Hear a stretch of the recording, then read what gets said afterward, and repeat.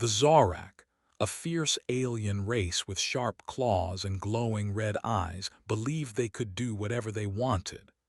They ruled a big part of the galaxy, and their home planet, Zolara, was a shiny, busy world full of tall metal towers and buzzing ships. They thought no one could stop them. So one bright morning, in the middle of their capital city's biggest square, they did something awful. They lined up 10 humans, people just like you and me, and ended their lives in front of a huge crowd. There was no reason given, no questions asked, no chance for the humans to speak. The Zorak wanted everyone to see their power. They wanted the galaxy to be afraid. They thought no one would care about 10 humans, but they were very wrong. The stars themselves seemed to pause, and far away, Earth heard the news. The square where this happened was wide and open, surrounded by shiny silver buildings that reached into the sky.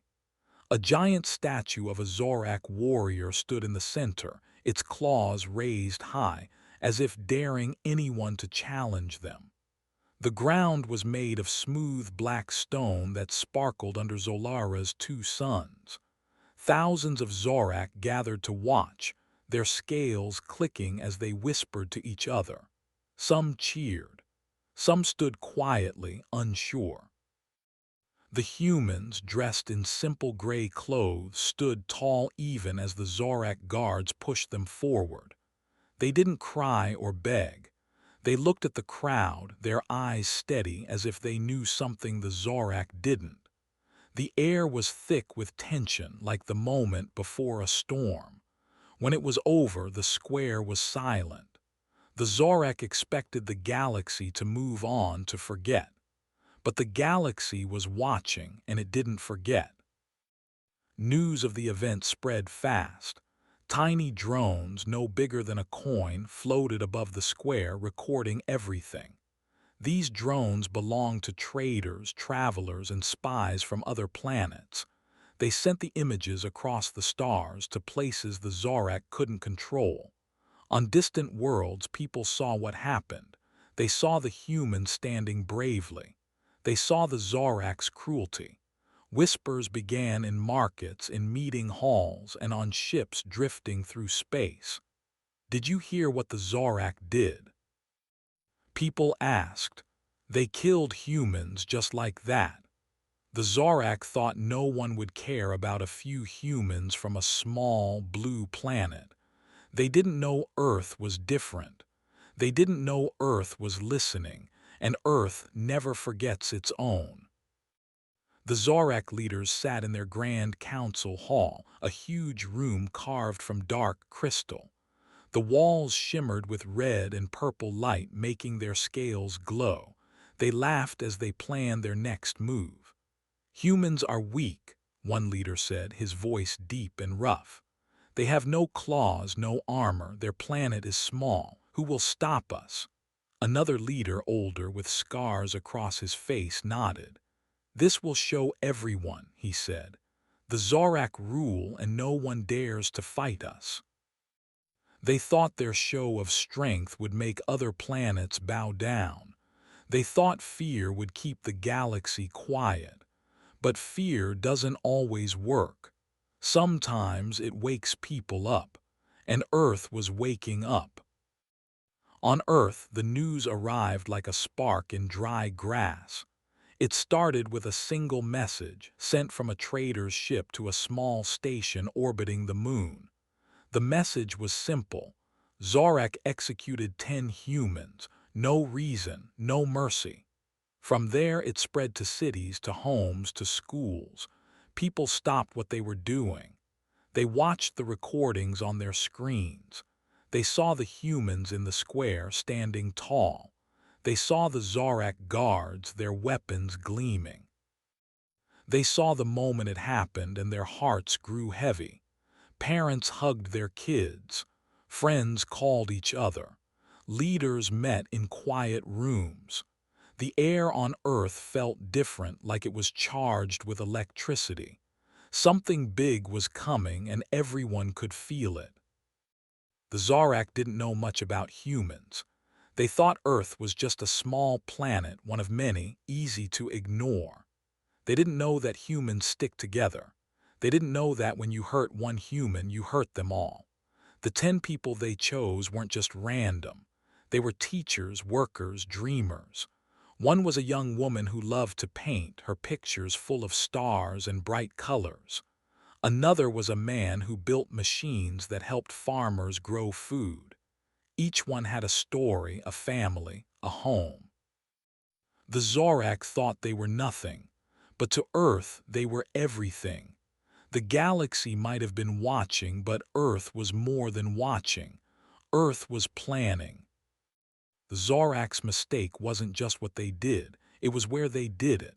The public square was meant to show their power, to make everyone afraid, but it also made sure everyone saw. Aliens from other planets who traded with the Zorak started to talk. Why did they do that? A merchant from a water-covered planet asked. Those humans didn't hurt anyone. A warrior from a desert world shook his head. The Zorak think they're untouchable, he said. But I've heard about humans, they don't give up. The Zorak wanted to send a message of fear, but instead, they sent a message of warning. Other planets began to watch Earth, curious, wondering what would happen next.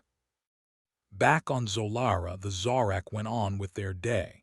They cleaned the square as if nothing had happened. The statue of the warrior still stood tall, gleaming under the suns.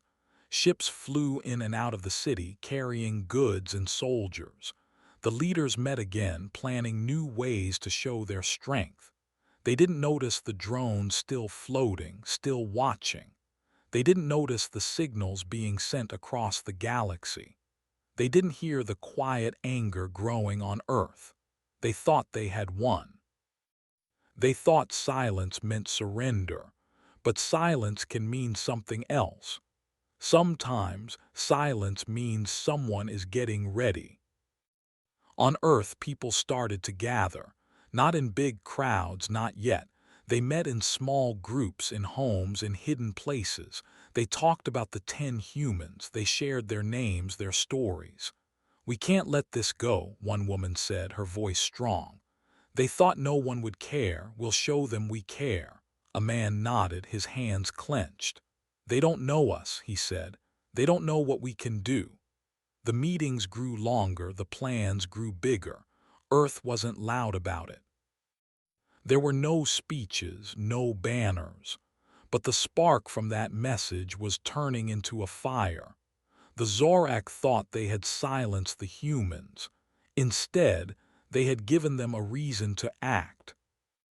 The Zorak's capital city kept buzzing, unaware. Markets sold strange fruits and glowing jewels. Ships roared into the sky, heading to other worlds. The Zorak believed they were safe, untouchable. They didn't know that Earth's people were already moving, not with ships or weapons, not yet. They were moving with ideas, with plans, with a quiet kind of strength. The galaxy watched, waiting. Some planets felt sorry for the humans. Others thought the Zorak were too strong to fight. But a few, just a few, started to wonder. What if the humans fight back? They asked. What if Earth isn't as weak as it looks? The Zorak's leaders didn't worry. They sat in their crystal hall, sipping drinks that glowed like their eyes. "The humans will do nothing," one said, laughing. "They're too small, too far away." Another leader, the old one with scars, wasn't so sure. He stared out the window at the square below. "They didn't scream," he said quietly. "Those humans, they didn't scream." The others ignored him, but his words hung in the air. He felt something, a tiny seed of doubt. The Zorak had ruled for a long time.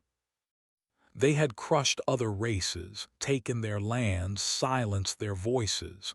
But humans were different. He didn't know why, not yet, but he felt it. Far away on Earth, the names of the 10 humans were spoken again and again. In schools, kids learned about them. In factories, workers whispered their stories. In quiet rooms, leaders made lists not of weapons but of ideas. The Zorak thought they had shown their strength. They thought they had won. But they didn't know Earth. They didn't know that when you push humans, they push back. Not with noise, not with anger, but with something stronger. The galaxy was watching and Earth was listening. The Zorak's biggest mistake wasn't what they did. It was thinking no one would care. And now Earth was ready to show them just how much they cared. The 10 humans the Zorak took were not just random people. Each one had a life, a story, and someone who cared about them deeply. They weren't just faces in a crowd. They were daughters, brothers, friends, and heroes to those who knew them. The Zorak thought they could erase these people and no one would notice. They were wrong. Every single one of those humans was connected to someone important, someone who wouldn't let this go. The Zorak didn't just hurt strangers. They hurt the wrong people, and that mistake would change everything. The first human was a young woman named Leela. She had bright green eyes and a smile that made everyone feel warm. Leela was a teacher who worked with kids on a small colony planet called New Dawn. She taught them how to read, how to dream, and how to build things with their hands. Her favorite thing was showing kids how to make tiny robots that could dance. Leela was the sister of a brilliant scientist named Dr. Ezra Cole. Ezra worked on Earth, building machines that could talk to stars. When he heard what happened to Lila, his heart broke but his mind started racing.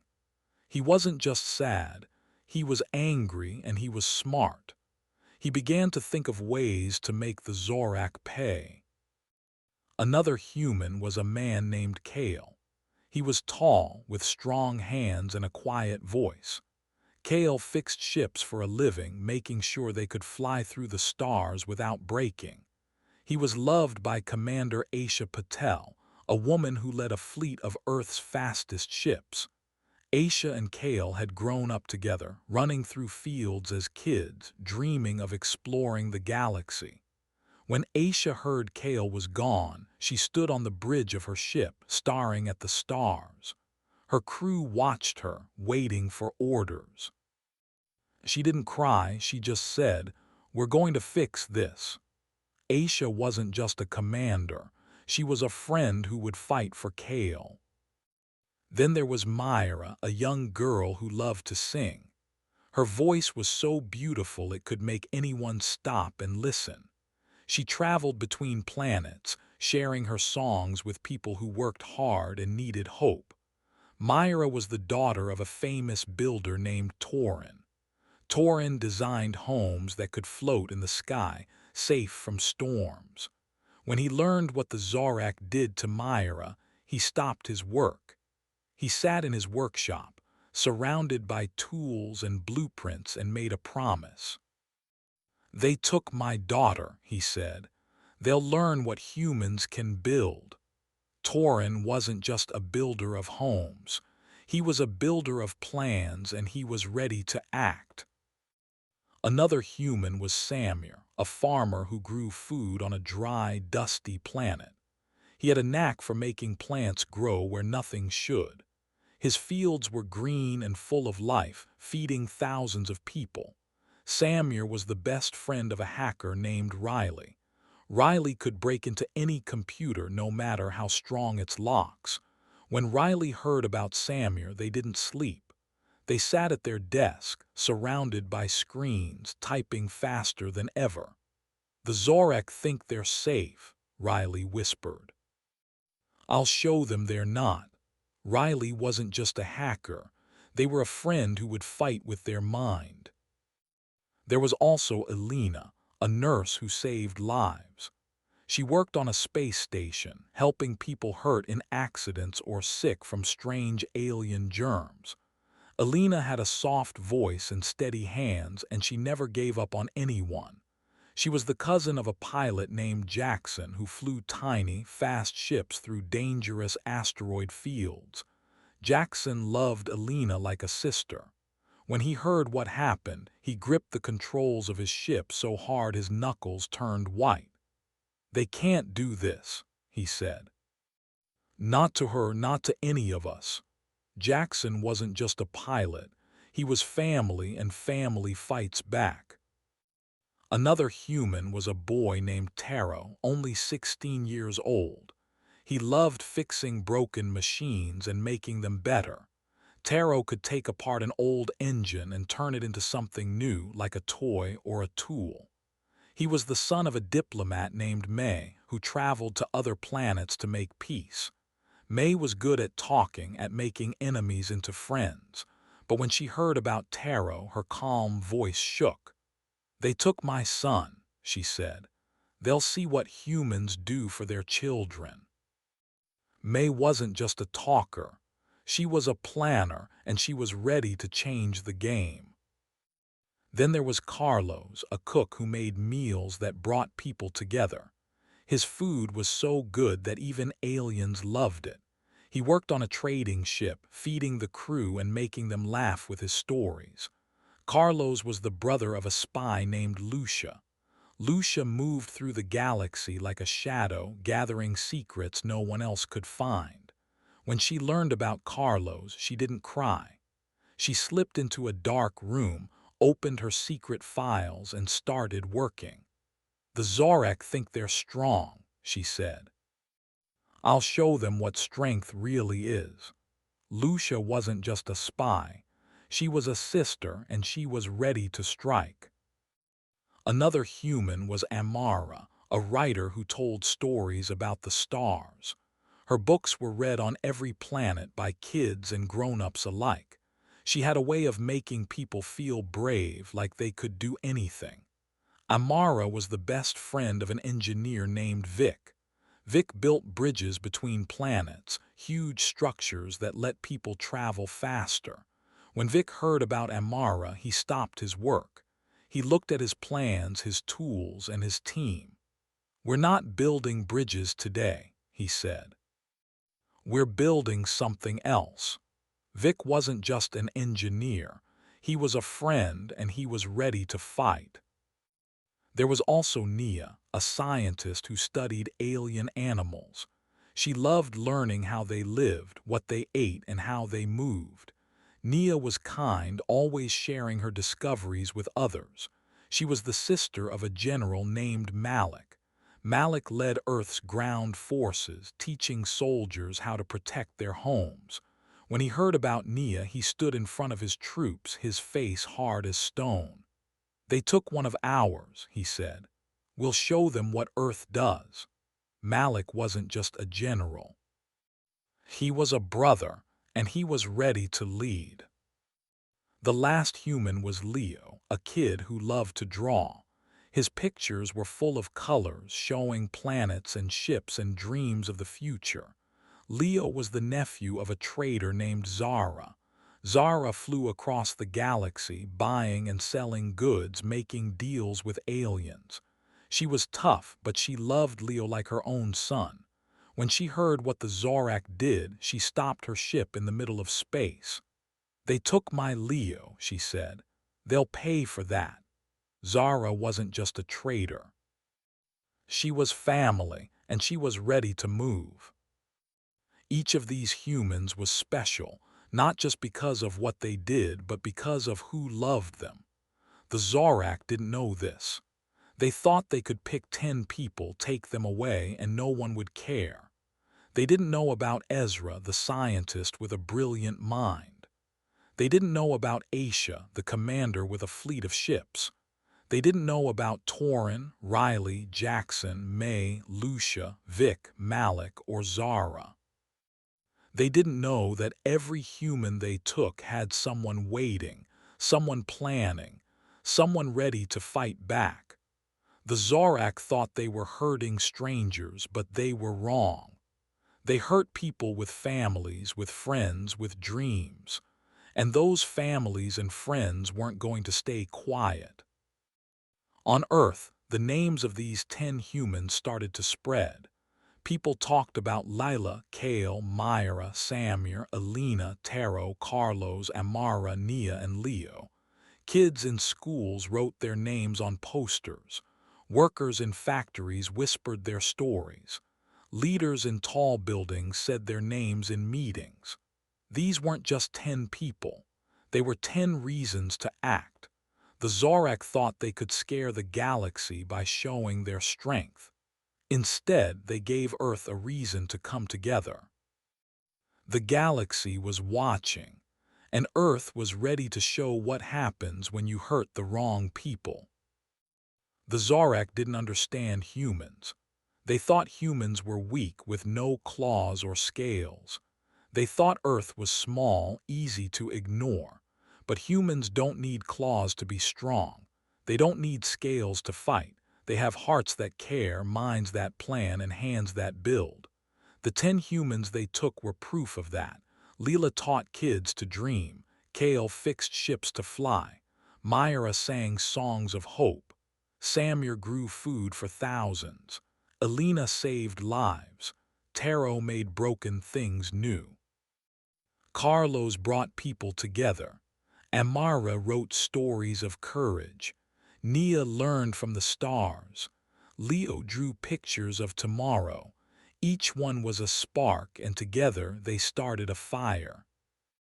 The Zorak sat in their shiny city thinking they had won. They didn't know that on Earth people were already moving. Ezra was building something new. Aisha was checking her ships. Torin was drawing plans. Riley was typing code. Jackson was flying through the stars. May was making calls. Lucia was finding secrets. Vic was gathering his team. Malik was training his soldiers. Zara was talking to traders. The Zorak thought they had ended 10 lives, and that was it. They didn't know they had started something much bigger. They hurt the wrong people, and now those people's families and friends were coming for them. Humans didn't shout or make big speeches when they heard what the Zorak did. They didn't send messages or wave flags. Instead, they started to act quietly and carefully. Their response wasn't loud, but it was strong. One day, a Zorak ship, a huge one that carried supplies across the stars, just vanished. No one saw it go.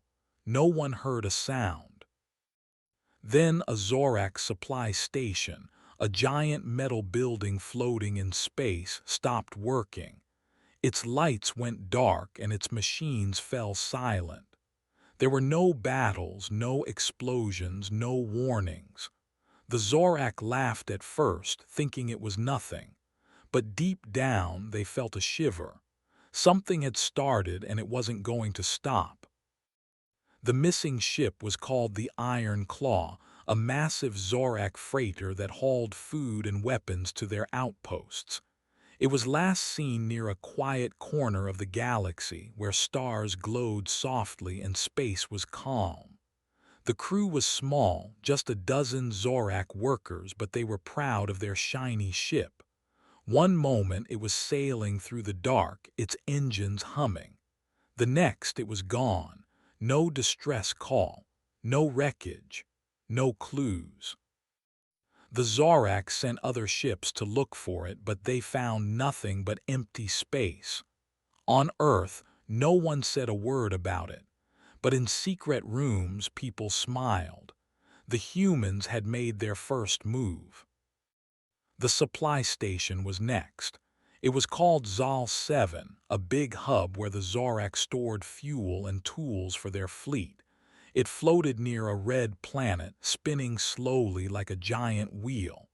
One morning the station's lights flickered. Then they went out. The machines that pumped fuel stopped. The doors locked tight. The Zorak workers inside tried to fix it, but every button they pressed did nothing. They sent messages to their leaders, but the signals didn't go through. It was like the station had fallen asleep and wouldn't wake up. The Zorak thought it was a glitch, a small problem. They didn't know humans had been there, silent and unseen. On Earth, the people behind these acts were careful. They worked in small teams, hidden from the galaxy's eyes. One team was led by Riley, the hacker who loved Samir, the farmer the Zorak took. Riley sat in a dark room, their face lit by the glow of 3 screens. Their fingers danced over the keys, sending secret codes through space. Those codes slipped into the Zorak's systems like a key into a lock. They turned off the station's power. They made the Iron Claw's navigation fail, sending it drifting into a quiet part of space where no one would find it. Riley didn't tell anyone what they did. They just kept working, planning the next step. Another team was led by Jackson, the pilot who lost his cousin Alina. Jackson flew a tiny ship, so small it could hide in the shadow of an asteroid. He and his crew, a group of daring pilots, moved like ghosts through the stars. They found the Iron Claw and slipped aboard when its crew wasn't looking. They didn't hurt anyone. They didn't break anything. They just changed a few settings, turned off the ship's tracker, and let it float away. Jackson's team was gone before the Zorak even knew they were there. Back on his ship, Jackson looked at a picture of Alina and nodded. "This is for you," he whispered. The Zorak didn't understand what was happening. In their capital city, the leaders met in their shiny crystal hall. The room was huge, with walls that sparkled red and purple. The leaders sat on tall chairs, their claws tapping nervously. "A ship is gone," one said, his voice sharp. "And now a station. This is no accident." Another leader, a female with silver scales, laughed. "It's nothing," she said. "A broken wire, a lost signal. We are the Zorak. No one dares challenge us." But the older leader, the one with scars, wasn't so sure. He stared at the table, his red eyes narrow. "It's too clean," he said. "Too quiet." The others ignored him, but he felt something was wrong. Across the galaxy, other aliens started to notice. Traders on a water-covered planet whispered about the missing ship. "The Iron Claw was huge," one said, his fins shaking. "How does something that big just disappear?" On a desert world, warriors gathered around a fire talking about Zal 7. "The Zorak are strong," one said, "but someone turned off their station like a light switch." They didn't know it was humans, not yet, but they were curious. They started watching the Zorak more closely, wondering if their power was as great as they claimed. The galaxy was starting to talk, and the Zorak didn't like it. On Earth, more teams were forming. Dr. Ezra Cole, Leela's brother, worked in a lab filled with blinking machines. He wasn't just a scientist, he was a planner. He built a tiny device, no bigger than a marble, that could mess with Zorak technology. It could shut down engines or lock doors from far away. Ezra gave these devices to pilots like Jackson, who hid them on Zorak ships. The devices were so small, the Zorak never saw them. Ezra didn't talk about his work. He just kept building, his hands steady, his mind focused. "For Lila," he said to himself, every time he finished one. Aisha, the commander who loved Kale, was also moving. She led a fleet of ships, but she didn't send them to fight. Instead, she sent them to watch. Her ships hid in clouds of space dust, their engines quiet, their lights off. They tracked Zorak movements, listening to their messages, learning their plans. Aisha's crew was loyal, and they knew Kale's story. "We're not here to start a war," Aisha told them. "We're here to send a message." Her ships moved like shadows, gathering information, waiting for the right moment. The Zorak didn't see them, but Aisha saw everything. Meanwhile, Torin, the builder who lost his daughter Myra, was working on something big. He gathered his team in a warehouse on Earth, surrounded by tools and metal. They built small drones, fast and quiet, that could fly into Zorak stations and hide in the walls. These drones didn't carry weapons. They carried tools to shut things down: lights, doors, computers. Torin's team tested them in secret, making sure they worked perfectly. Myra loved to sing, Torin told his team. We'll make the Zorak hear silence. His drones were ready, and soon more Zorak stations would go dark.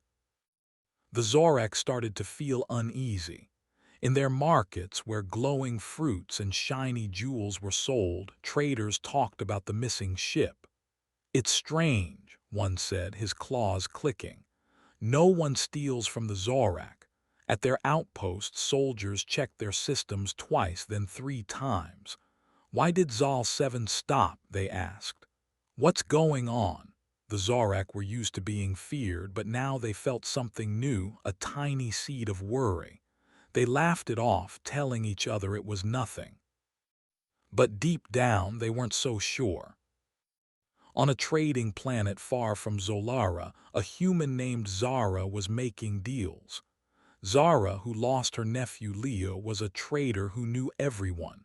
She walked through crowded markets, her eyes sharp, her voice calm. She talked to alien merchants, asking questions, listening carefully. "Have you seen Zorak ships acting strange?" she asked one. The merchant nodded. "They're checking everything now," he said. "They're scared."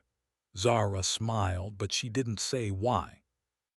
She was gathering information, passing it to Aisha and the others. Zara wasn't just trading goods. She was trading secrets, and every secret helped Earth. The small acts kept happening. Another Zorak ship, a scout vessel, stopped sending signals. A communication tower on one of their moons went quiet. Each time it was clean, silent, and fast. The Zorak sent teams to investigate, but they found nothing: no clues, no tracks, no enemies. On Earth, the teams didn't celebrate.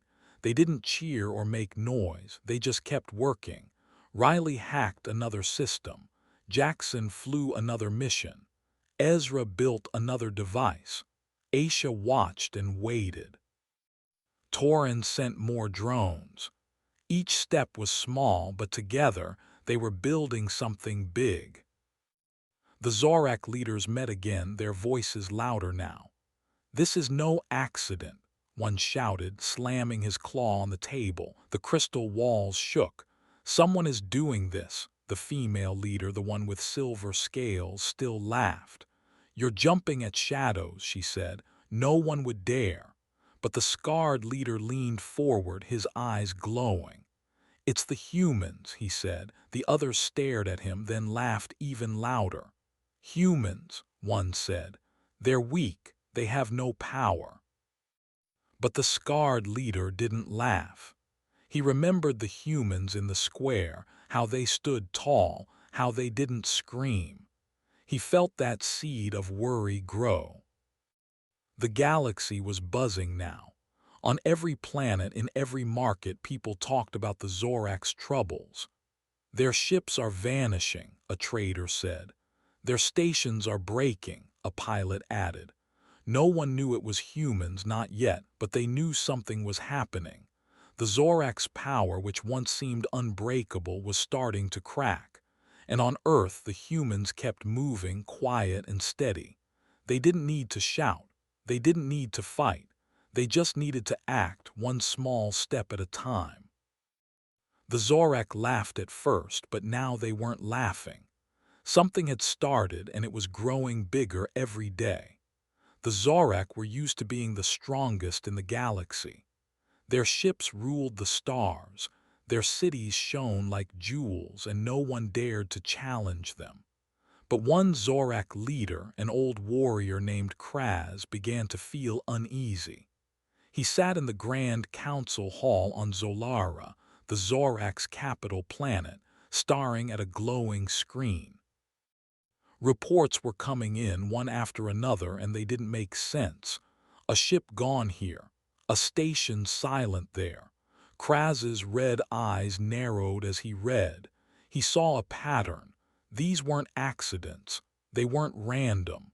Someone was planning this, and Kraz had a bad feeling. The humans weren't scared like he thought. They were getting ready, and that made his scales itch. Kraz was different from the other leaders. His face was covered in scars from battles long ago, and his voice was low and rough. He didn't laugh as easily as the others.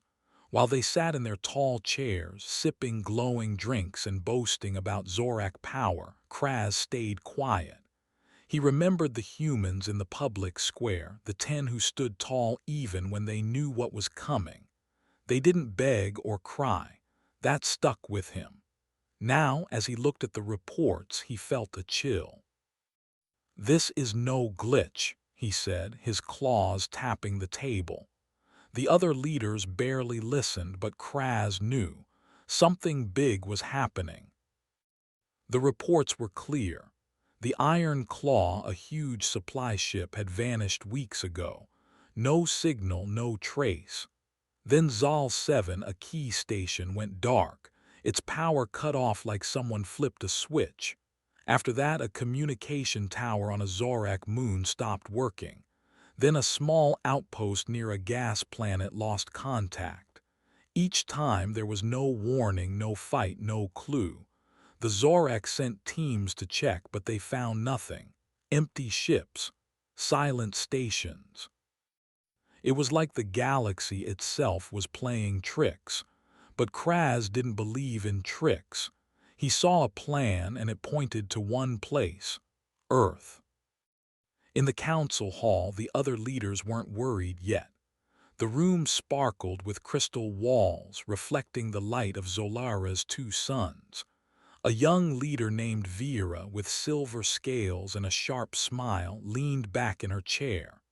"It's nothing," she said, waving a claw. "Machines break, signals get lost. We are the Zorak. No one would dare attack us." The others nodded, their eyes glowing with pride. They talked about their fleet, their weapons, their unstoppable empire. But Kraz didn't join in.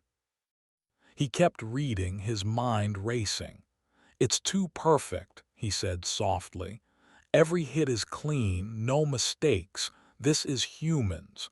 Vera laughed, but Kraz's words hung in the air. Outside the hall, Zolara's capital city buzzed with life. Tall metal towers reached into the sky, glowing with red and purple lights. Markets were full of traders selling strange fruits and shiny tools. Ships roared overhead, carrying soldiers and supplies. But now there were whispers in the streets. "Did you hear about the Iron Claw?" a merchant asked, his voice low. "Gone just like that." A worker loading crates nodded. "And Zal 7, not a sound from it." The Zorak people were starting to notice. They weren't used to problems they couldn't fix. For the first time, they felt a tiny spark of doubt. Kraz called a meeting with his top advisors. They gathered in a small room away from the flashy council hall. The walls were plain, the lights dim. Kraz wanted no distractions. He spread out a map of the galaxy, a glowing hologram that floated above the table. Red dots marked where things went wrong. The Iron Claw's last location, Zal 7 orbit, the silent moon tower. He pointed at each one. "Look," he said, "these aren't random. They're connected."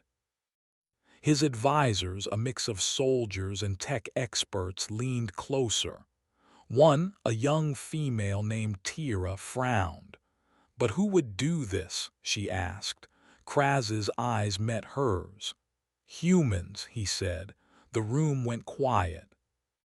Tira didn't believe him at first. "Humans," she said, her scales clicking. "They're soft, no claws, no armor, their planet is small." Kraz shook his head. "They don't need claws," he said. "They have minds, they have plans." He showed them the reports again, pointing to the details. The Iron Claw's systems were shut down, not destroyed. Zal 7 power was cut, but nothing was broken. The moon tower's signal was blocked, not smashed. This is careful work, Kraz said. Someone who knows our systems. Someone who doesn't want to fight, not yet. His advisors started to listen. The spark of doubt was growing. Back in the capital, the Zorak people were getting nervous. In a busy market, a trader dropped a crate when he heard about another outpost going quiet. "What's happening?" he asked a friend. "First ships, now stations. Is it pirates?" His friend shook his head. "Pirates leave marks. This is different." At a spaceport, pilots check their ships twice before flying. "I don't like this," one said, his claws tight on the controls. "It's too quiet out there." The Zorak were used to being feared, but now they felt watched. They didn't know who was watching, but they felt it, like eyes in the dark. Kraz went to the main control center, a huge room filled with screens and buzzing machines. Zorak workers tapped at controls, trying to find answers. Kraz stood behind them, watching. "Show me the signals," he said. A worker pulled up a map of the galaxy's communication lines. Normally, they glowed bright, connecting Zorak planets and stations. Now some lines were dark. "These went out yesterday," the worker said, pointing to a cluster near a blue nebula. Kraz's claws clenched. "That's a trade route," he said. "One of our busiest." The worker nodded. "No ships have reported in from there." Kraz's mind raced. This wasn't just a pattern, it was a net closing around them. He called the other leaders to the control center. Vera came, still smirking, but the others looked uneasy. The screens showed more dark spots, more silent outposts. "This is no glitch," Kraz said, his voice steady. "Someone is hitting us where we're weak, our supplies, our signals, our trade." Vera rolled her eyes. "You're seeing ghosts, Kraz," she said. "No one can touch us." But another leader, a quiet male named Zorath, spoke up. "What if it's the humans?" he asked. Vera laughed again, but this time fewer joined her. Kraz pointed to the screens. "Look at the pattern," he said. "It's too smart to be anyone else." The Zorak started checking everything. Soldiers patrolled their stations, looking for anything strange. Tech workers ran tests on every system, searching for problems. Ships flew closer to their planets, afraid to venture too far. In the markets, traders raised their prices, worried about losing supplies. People stopped talking as much, their eyes darting to the skies. The Zorak were strong, but strength doesn't help when you do know who's fighting you. Kraz walked through the city, listening to the whispers. "Another station's gone quiet," someone said. "What's happening to us?" another asked. The spark of doubt was now aflame. Kraz went back to his office, a small space filled with old battle maps and weapons. He sat alone, thinking. He remembered the humans in the square, their steady eyes. He thought about Earth, a small planet he'd never seen. The Zorak had laughed at humans, calling them weak, but Kraz wasn't laughing now. He pulled up a file on his screen, one he'd kept secret. It was about humans, their history, their fights. They didn't always win with weapons. They won with ideas, with plans, with tricks. Kraz's claws tapped the desk. "They're not scared," he said to himself. "They're ready." In the council hall, the other leaders were starting to worry too. Vera still acted tough, but even she asked questions. "Why are our systems failing?" she said. "Who's doing this?" Zorath, the quiet leader, showed her a report. "Look at the timing," he said. "Every hit happens when we're busiest, when our ships are moving, when our stations are full." Vera's smile faded. "You think it's planned?" she asked.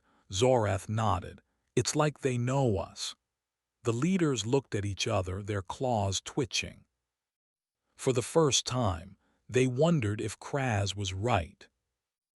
On Zolara's streets, the mood was changing. People moved faster, their heads down. Parents kept their kids close. Soldiers stood at every corner, their weapons ready. The city's bright lights seemed dimmer, like the suns themselves were nervous. A trader in the market whispered to a customer, "I heard it's the humans." The customer's eyes widened. Humans? They're nothing. But his voice shook. The Zorak were starting to realize they didn't know humans as well as they thought. They didn't know what humans could do when they were angry. Kraz sent a message to every Zorak outpost.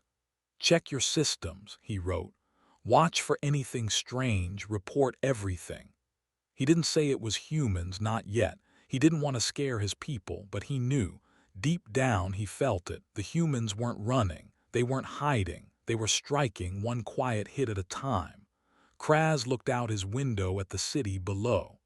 The statue of the Zorak warrior still stood in the square, its claws raised high. But now it didn't look so strong. It looked like a target. The galaxy was watching too. On other planets, aliens talked about the Zorak's problems. "Their ships are disappearing," a merchant said, his fins quivering. "Their stations are breaking," a pilot added, her wings buzzing. No one knew it was humans, but they knew the Zorak were in trouble. Some aliens felt sorry for them. Others smiled, happy to see the Zorak struggle. The galaxy's chatter grew louder, and the Zorak heard it. Their pride was cracking, and their fear was growing. Kraz sat in his office, reading another report. Another ship was gone. He didn't tell the others yet. He just stared at the screen, his heart heavy. The humans were coming, and the Zorak weren't ready. Back on Earth, something big was happening, but it was quiet. Leaders from all over the planet gathered in a plain, gray building hidden deep underground. There were no flags waving, no cameras flashing, no reporters asking questions. Just a group of people sitting around a simple wooden table in a room with no windows. These weren't just any people. They were scientists, pilots, builders, and commanders who had lost someone they loved to the Zorak. Their hearts were heavy, but their eyes were sharp. They weren't here to cry or talk about their pain. They were here to make a plan. They were here to win. The room was small, lit by soft white lights. The walls were bare, with no decorations, just maps and screens showing stars and planets.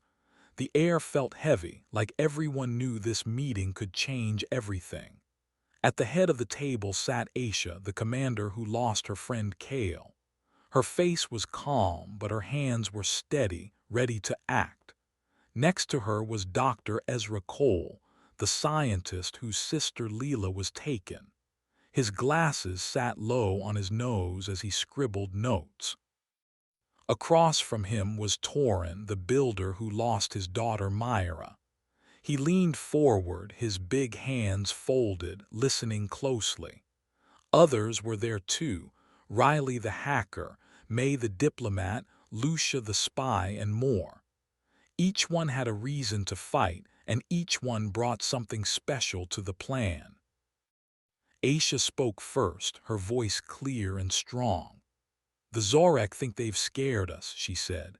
"They think we'll hide, but they don't know us. We're not here to fight a war. We're here to show them they can't hurt us and walk away." Everyone nodded. They didn't want to destroy planets or start battles. They wanted to hit the Zorak where it hurt, their pride, their power, their control. The plan wasn't about guns or bombs. It was about being smarter, faster, and quieter than the Zorak could ever expect. Ezra stood up, holding a small device that looked like a shiny black pebble. "This is a disruptor," he said, his voice soft but firm. "It can turn off Zorak machines from far away, ships, stations, anything with their tech." He passed it around the table. It was light, smaller than a baseball, but it could do big things. Ezra explained how his team had studied Zorak systems for months, learning how they worked. The disruptors could slip into their networks, shut down engines, or lock doors without anyone noticing. "We've already used a few," he said, glancing at Riley. "The Iron Claw, that was us." The room buzzed with quiet excitement. They were already winning, one small step at a time. Riley, the hacker who lost their friend Samir, leaned forward, their eyes bright. "We're inside their systems," they said, pointing to a screen with lines of code.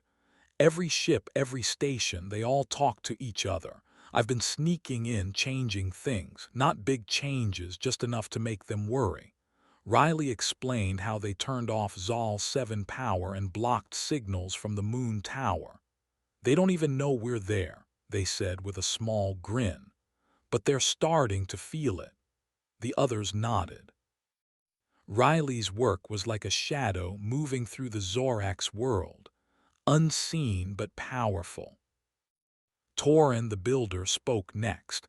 His voice was deep like a drum. "We're making drones," he said.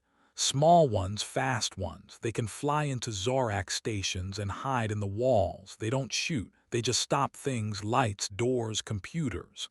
He showed a picture of a drone no bigger than a bird with tiny wings that glowed faintly. "We've sent a few already," he said. "More are coming." Torin's drones were like little messengers carrying Earth's plan to the Zorak's doorstep. They didn't destroy. They just made the Zorak feel helpless, and that was enough for now. May, the diplomat who lost her son Taro, raised her hand. She was older, with gray hair tied back, but her eyes were fierce. "We're not just hitting their machines," she said. "We're talking to other planets. I've been sending messages, quiet ones, to traders and leaders across the galaxy. They're starting to see the Zorak aren't as strong as they think." May explained how she was building trust with other alien races. Some were scared of the Zorak, but others were tired of their bullying. "When the time comes," she said, "we won't be alone." Her words made the room feel stronger. Earth wasn't just fighting for itself, it was building a team. Lucia, the spy who lost her brother Carlos, stayed quiet until now. She leaned forward, her voice low. "I've been to Zolara," she said. The room went still. "I walked their streets, listened to their talks. They're starting to worry. Their leaders are arguing, their people are nervous." Lucia had slipped into the Zorak's capital, dressed like one of their traders, her face hidden. She learned their secrets, where their ships went, what their leaders feared. "They don't know it's us yet," she said, "but they're looking. We need to stay quiet, stay smart." Lucia's information was like gold. It told the humans exactly where to strike next. The meeting went on for hours. No one raised their voice. No one argued. They all had the same goal: make the Zorak regret what they did. Aisha laid out the plan in steps. First, keep hitting small targets, ships, stations, outposts. Make the Zorak feel like they're losing control. Second, spread the word to other planets so the Zorak's allies start to doubt them. Third, stay hidden. No big battles, no loud attacks. "We're not fighting their war," Aisha said. "We're fighting ours." Everyone agreed. This was about showing the Zorak that humans weren't weak, that Earth wasn't small. Jackson, the pilot who lost his cousin Alina, spoke up. "My team can hit their trade routes," he said. "We've got ships that can hide in asteroid fields or nebulae. We'll take their supplies, not with guns, but with speed." Jackson's ships were small and fast, built to slip through the stars like fish in water. He explained how they could block Zor Vera's laughter faded, and the other leaders looked at each other. They knew Kraz was right about the humans. They were planning something big, and it was already working. The room filled with quiet determination. The Zorak had hurt their families, their friends. Now, Earth was ready to show them what humans could do. The meeting ended with a promise. They would keep going, step by step, until the Zorak understood their mistake. The plan was set, and Earth was ready to win.